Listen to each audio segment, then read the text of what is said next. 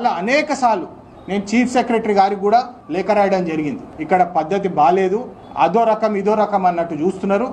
మరి ఈ రైతుల మీద ఎందుకు మీ కక్ష? అంటే పెద్దపల్లి రైతులనే చూసుకుంటాము, మేము మంచిర్యాల రైతులను చూసుకోమని చెప్పి ఎవరైనా మీకు ఆర్డర్స్ ఇచ్చిండ్రా?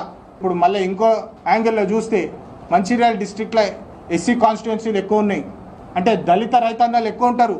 అంటే మీకు దళితుల పంట అని మీకు వద్దా? అదా మీ అహంకారము? 6 లక్షల టన్ను మిన్నింగ్ కెపాసిటీ ఉంటే మీరు కేవలము 1 లక్ష 2 లక్షల వరకు ఎందుకు కొనుగోలు చేస్తున్నారని చెప్పి ఈరోజు నన్ను అడగడం జరుగుతుంది. ఈ ఇష్యూని మళ్ళొకసారి నేను మీ మీడియా మిత్రుల ద్వారా మళ్ళీ నేను సెపరేట్గా లేఖ కూడా రాస్తాను చీఫ్ సెక్రటరీ గారికి.